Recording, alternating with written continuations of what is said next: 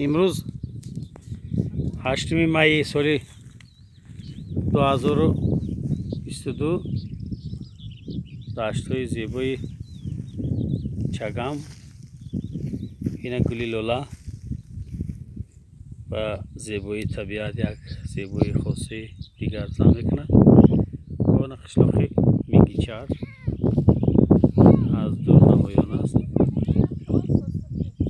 میگی چار بالا گای چگم پایان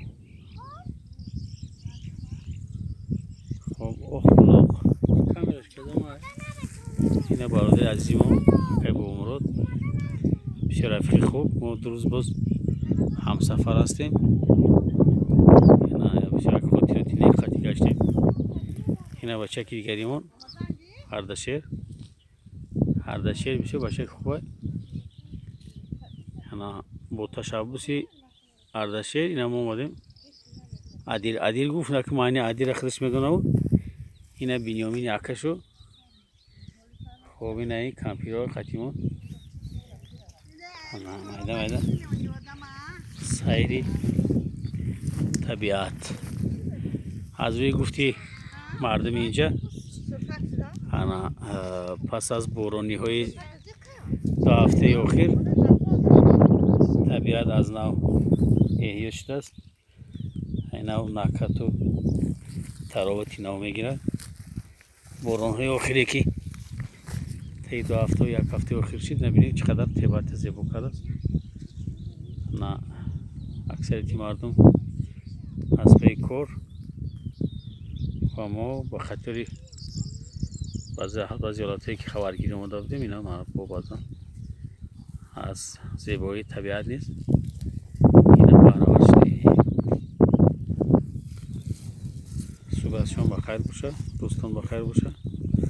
امیدواریم که یک روز خاطرمون برای ما برای بچه ما باشه.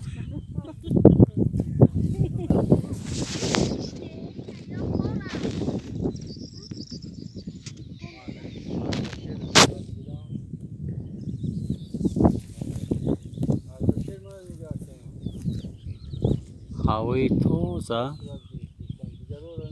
در هوا یگان دانه ابر نمایان نیست.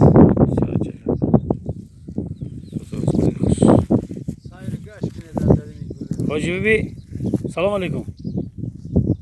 نازش کافیر خلبه سلام علیکم. نازش روزتان خوب باشه. زیبایی طبیعت رو شما درست کنن. سلام باشین سلام باشین سلام باشین. بنیامین انوشیروان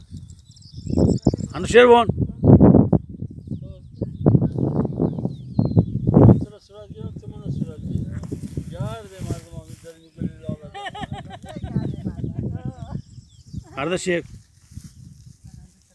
سلام باشین.